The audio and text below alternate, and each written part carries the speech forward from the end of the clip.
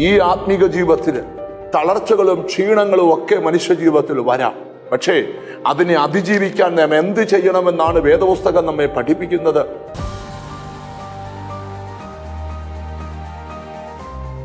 ക്രിസ്തുവിനെ രക്ഷകനായി സ്വീകരിച്ച ഓരോ ദൈവമക്കളുടെയും ആത്മീയ ജീവിതം ധന്യമായി തീരണമെങ്കിൽ ദൈനംദിന ജീവിതത്തിൽ ക്രിസ്തുവിനെ ധ്യാനിച്ചുകൊണ്ട് വേണം ഓരോ ദിവസവും നാം ജീവിക്കുവാനായിട്ട്.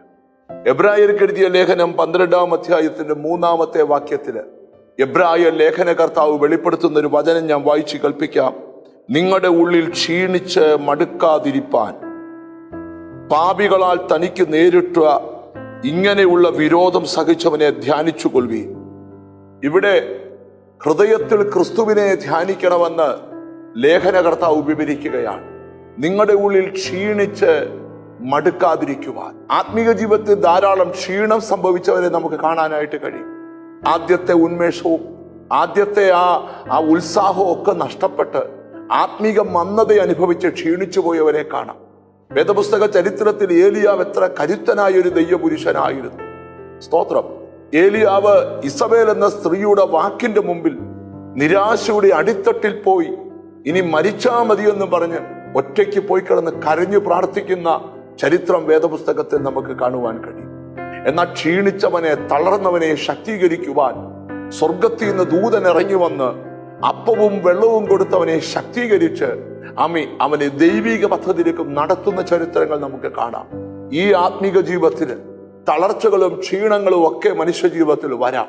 പക്ഷേ അതിനെ അതിജീവിക്കാൻ നാം എന്ത് ചെയ്യണമെന്നാണ് വേദപുസ്തകം നമ്മെ പഠിപ്പിക്കുന്നത്. യേശു ക്രിസ്തുവിനെ ധ്യാനിക്കണം.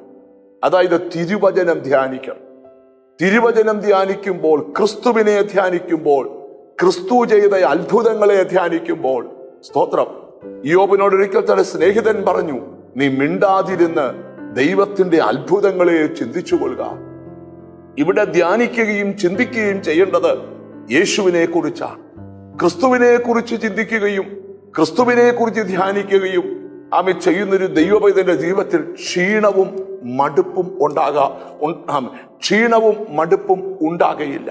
ഇനി വചനം കേട്ടുകൊണ്ടിരിക്കുമ്പോൾ ആത്മീക ജീവിതത്തിന് ഉത്സാഹം നഷ്ടപ്പെട്ട്, ആത്മീക ജീവിതത്തിന്റെ കരുത്ത് നഷ്ടപ്പെട്ട്, ക്ഷീണിച്ച് നിരാശപ്പെട്ട് ആരെങ്കിലും ഇരിക്കുന്നെങ്കിൽ നിങ്ങളോട് പരിശുദ്ധാത്മാവ് പറയുക, യേശു ക്രിസ്തുവിനെ ധ്യാനിക്ക്. നിങ്ങൾ പരാജയപ്പെടത്തില്ല. നിങ്ങളുടെ ജീവിതം വിജയിക്കുക തന്നെ ചെയ്യും. ക്രിസ്തുവിനെ ധ്യാനിക്കുമ്പോൾ വേദപുസ്തകം പറയുക, എന്റെ ധ്യാനത്തിങ്കൽ തീ കത്തി. ക്രിസ്തുവിനെ ധ്യാനിക്കുമ്പോൾ നിന്റെ ഉള്ളിൽ വലിയൊരു ആത്മീക തീ ഉണ്ടാകുവാനിടയായി തീരും. നമുക്ക് ഒന്നിച്ച് ദൈവത്തോട് പ്രാർത്ഥിക്കാം. തളരാതെ ജീവിക്കാൻ കൃപ തരട്ടെ. ഞങ്ങളുടെ കർത്താവേ, സ്വർഗസ്ഥ പിതാവേ, എന്നോട് ചേർന്ന് പ്രാർത്ഥിക്കുന്ന മക്കൾക്ക് വേണ്ടി പ്രാർത്ഥിക്കുന്നു.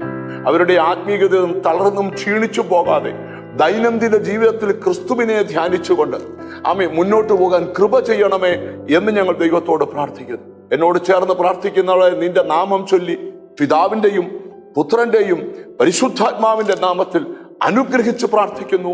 അവർ അനുഗ്രഹിക്കപ്പെടട്ടെ യേശു ക്രിസ്തുവിൻ നാമത്തിൽ തന്നെ. ആമേൻ. ക്രിസ്തുവിനെ ധ്യാനിക്കാം. ക്രിസ്തുവിനെ ധ്യാനിച്ചു മുന്നോട്ട് പോകാം. കർത്താവ് വലിയവ ചെയ്യട്ടെ. God bless you.